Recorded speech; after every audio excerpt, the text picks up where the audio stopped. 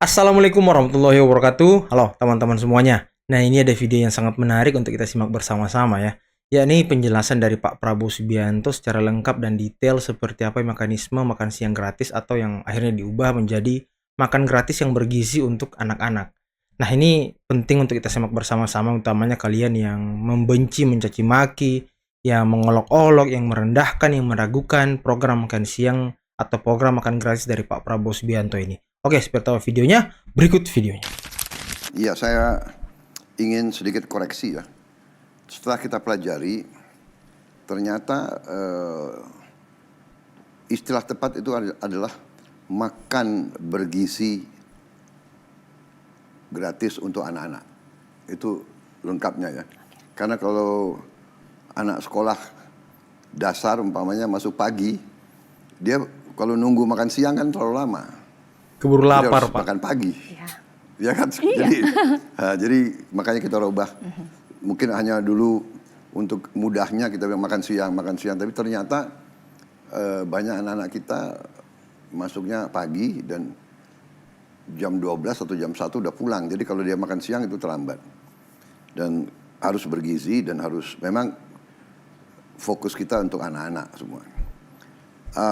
Ini bagi kami, setelah kami pelajari dan setelah saya merasakan dan saya menganalisa, saya lihat ini adalah sangat-sangat menentukan ya untuk masa depan bangsa Indonesia. Anak-anak kita adalah masa depan kita. Dan tidak dapat dipungkiri bahwa sebagian anak-anak kita mengalami kurang gizi. Iya sih, Malnourishment. malnourished. Hitungannya ya perkiranya hampir seperempat, 25% anak-anak kita mengalami kurang gizi. Wow, gede juga ya. Rata-rata ini sangat-sangat memprihatinkan. Gede juga, guys. Dan yang mungkin tidak mengalami kurang gizi tapi juga orang tuanya banyak yang berjuang keras untuk mendapat suatu tingkat hidup yang layak. Dan setelah saya pelajari di banyak negara di dunia ini memang memberi makan untuk anak-anak mereka. Kalau tidak salah hitungannya PBB sudah ada 76 negara yang memberi program makan bergizi di sekolah-sekolah. 76 negara. Udah banyak ya. Dan kalau tidak salah sekarang ada 5-6 negara yang sedang persiapan. Ush. Jadi kalau kita nanti Oktober melaksanakan, kita mungkin bisa menjadi negara ke-7 ya. Di luar yang 76 tadi. Ini sangat-sangat penting. Dengan memberi makan untuk anak-anak, mereka jelas akan lebih sehat. Jelas akan meningkat kemampuan belajar mereka. Dan mereka akan punya semangat belajar yang tinggi. Ini sangat penting. Dan ini sudah kita pelajari pengalaman negara lain dan kita sudah uji coba sebenarnya. Selama beberapa bulan ini saya sudah bikin pilot project di beberapa tempat dan hasilnya sangat meyakinkan. Tadinya anak-anak yang malas ke sekolah meningkat. Dan fokus perhatian kepada pelajaran meningkat. Attitude, pandangan-pandangan terhadap lingkungan semuanya membaik. Yang terutama adalah pertumbuhan badan mereka itu kembali normal. Jadi ini bagi saya sangat strategik. Kita kalau belajar, kalau kita bicara pembangunan nasional, kita bicara nation building, character building, etc. Bagaimana kalau rakyat kita ya kalau anak-anak kita kurang gizi. Jadi bagi saya ini sangat penting dan ternyata ini bisa menjadi dorongan, stimulus untuk pembangunan ekonomi. Karena nanti untuk makan ini bahan bakunya ya dari desa itu, dari kecamatan itu, Mantap. dari kabupaten itu. Jadi kalau sekarang kita dengar kadang-kadang habis panen, waduh harga jatuh, hasil panen saya tidak terbeli, tidak terserap. Saya kira nanti saya optimis ini mungkin tidak akan jadi masalah. Karena Perputaran ekonomi juga sudah ya ternyata ya. pangsa sudah ada yang menyerap, yaitu anak-anak di desa itu, anak-anak di kecamatan itu, anak-anak di kabupaten itu. Wow. Jadi ekonomi akan tumbuh, Iya. penghasilan para petani kita akan lebih baik. Saya percaya produksi akan lebih baik.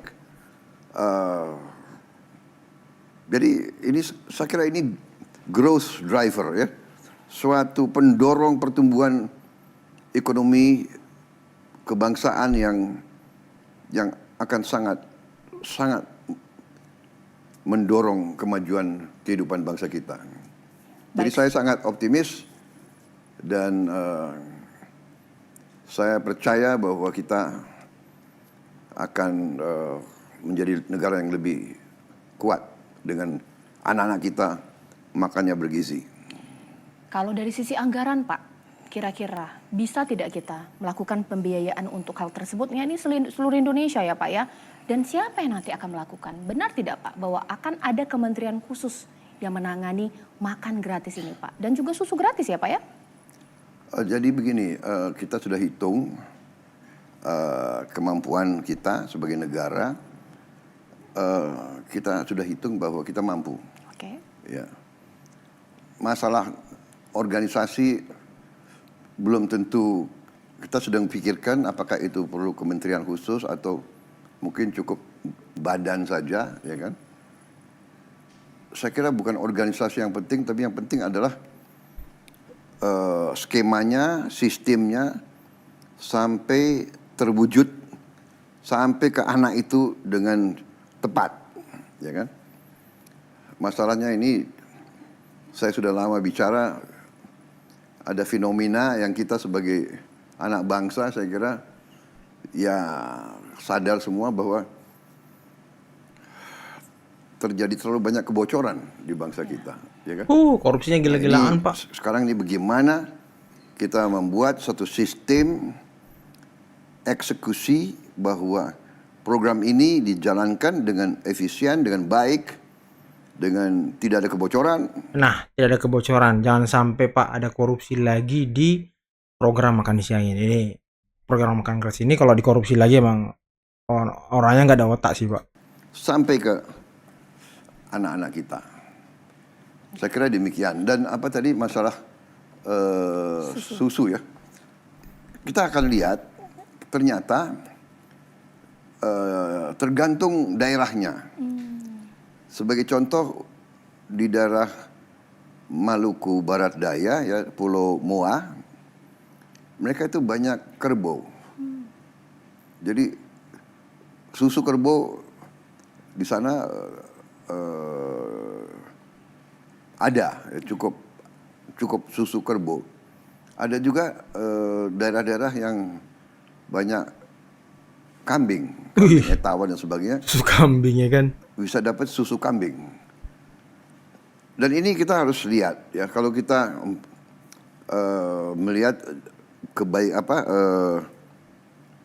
protein yang ada di susu, ternyata protein dan mineral dan zat-zat yang ada di telur itu lebih baik daripada susu. Para pakar cerita kepada saya, dan telur kita ini bisa jatuhnya lebih murah.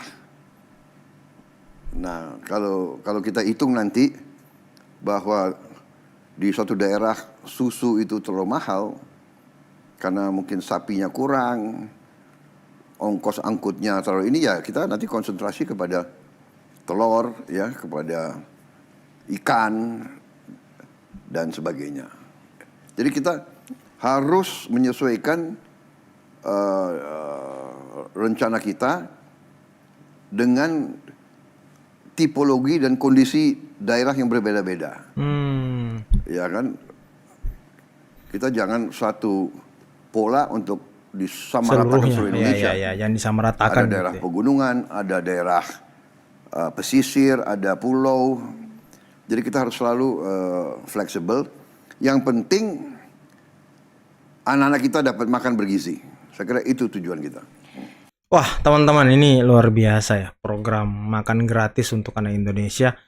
Ya, seperti yang saya katakan di awal tadi, memang program ini banyak sekali dicaci maki, diolok-olok, direndahkan, diragukan oleh orang-orang yang ya mungkin seperti netizen-netizen lain ya.